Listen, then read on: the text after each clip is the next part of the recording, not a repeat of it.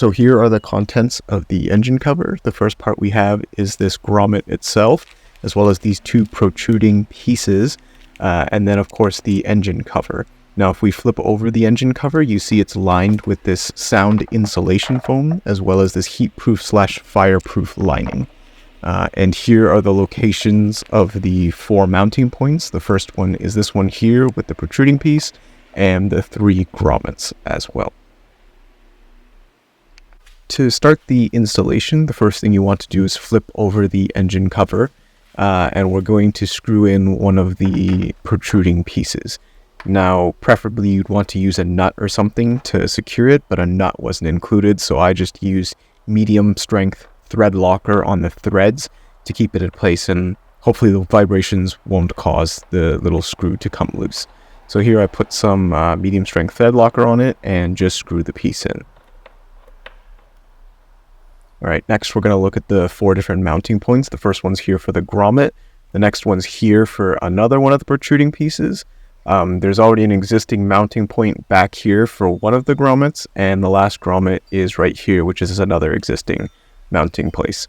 So just to recap that in the engine bay, that's 1, that's 2, that's 3, and that's 4 over here.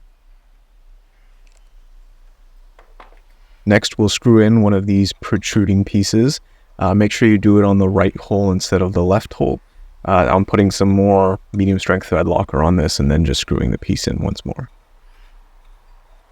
Next, we'll move a little bit to the right and put in the grommet itself. Now you'll see on here the grommet actually has these 2 kind of rubber tabs on it, and you want to make sure when you're press fitting the grommet in that it doesn't hit any of the tabs. So here I'm going to press the grommet in, and you're going to see when I zoom in a little more, the tabs are to the left and right, and none of it's interfering in the mounting position.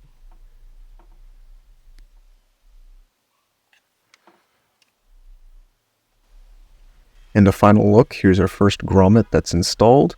There's the protruding piece over there, and now we have our 4 mounting points for the 4 mounting points on the engine cover. So now we can go install it. But before we install it, as I pause the screen right here, you're going to see the direction that I recommend is going from the back first. So that's your first installation point. Then I recommend the point next to you or closest to you, which is the second one. Then we go to number 3, and then we go to number 4. Now, the reason I'm saying this is because the rear mounting point is probably the most difficult to get to. So you're going to have to start with that first. And then the one to the right, point number 4, is the second most difficult. So I recommend going from 1 because it's the most difficult, doing the 2 and 3 because they're the easiest, and then the 4th one will slide right in because it's already aligned by the other installation points.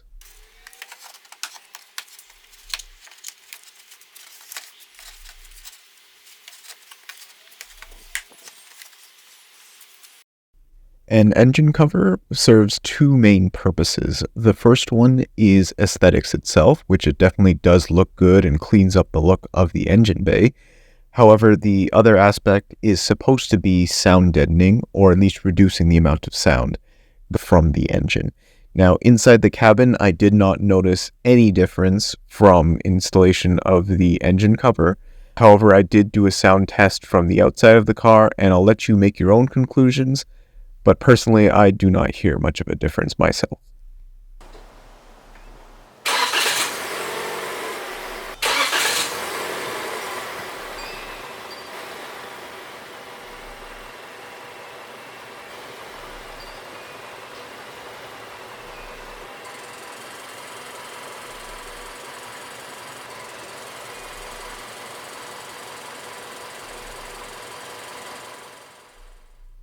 Thank you for watching, and as always, please subscribe if you enjoy this kind of content, and please leave a comment if you have any questions